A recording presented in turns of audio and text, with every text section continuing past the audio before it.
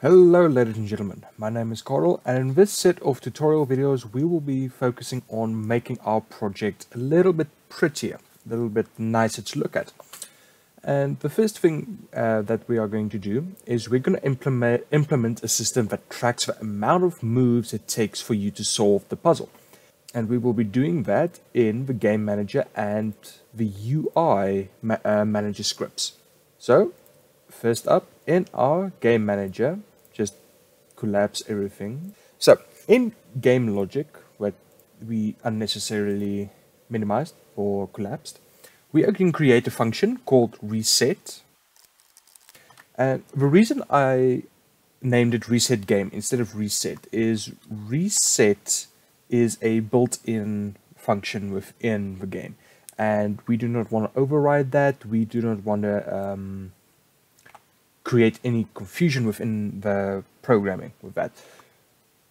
So next up, we're going to create some variables for us. So in our variable section, as always, we're going to create another header, just user values. And this moves variable is going to keep track of the amount of moves the user takes to solve the puzzle. So in start, after we calculated the board, we're just going to say moves equals to 0. And in reset game, we're going to say moves equals to 0. And now within our region for methods for cells and tiles, within our cell move. So over here, if we did not win the current game state, we should say moves plus equal to 0. Technically that should happen on the if statement and the else statement. So before we check for the win, we just plus moves with 1. So after this, we can go to our UI manager and open up the UI manager script. As you can see, it's still empty. We did not add any code here. And now we are going to add our first event. Yay, finally. And the way we are going to do that is up here, we are going to create a new region for events. And under events, what we are going to do is public event, just a small letter E, then event handler, and then the name of the event. We are going to call this on GUI reset.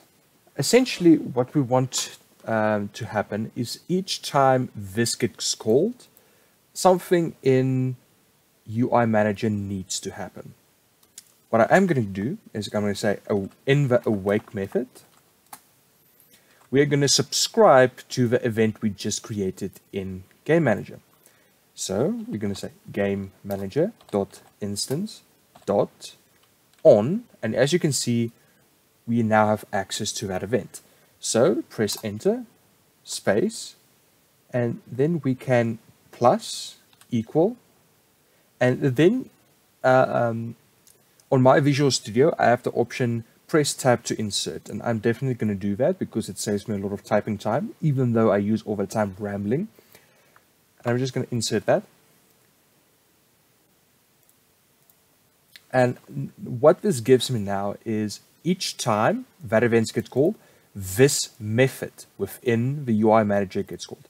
So all I'm going to do now is, I think I'm just going to comment that out for now, is I'm going to say debug.log event, just to see that we are actually listening for this event. So on game manager, when we call the reset, now we need to invoke the event handler, or we need to invoke on GUI reset. And how we do that, under here on reset game, we say on GUI reset question mark dot invoke, and in the parentheses we say this and comma, and then we say event args dot empty. Okay, so this might look really weird, all this question mark dot invoke is, it's basically a shortening of the following. Now, for those of you not familiar with events, this might look really weird. How can something that's not a data type be null? What this does, if it checks if there's anyone or anything subscribed to the event, it's to prohibit error messages and things like that. So it's checking, is there anyone subscribed to this event? If so, invoke it. And now we need to call this reset game. So each time we win, we need to call the reset. Okay, so if we go into Unity now, we hit play. And now when we see, we have a problem. Let's see where it is. Okay, so a quick error fix. I moved the tile map in the cell piece script from awake to start, where I get the tile map from a game manager. And now if we go into Unity and we play, if we move 5, 4, 7, 5, 4, 7, 5, 4, 7. Very repetitive. If we click 7 now, we should see two things happen. We should see a debug.log that says win, and then we should see a debug.log that says event. And as you can see, we have that event called.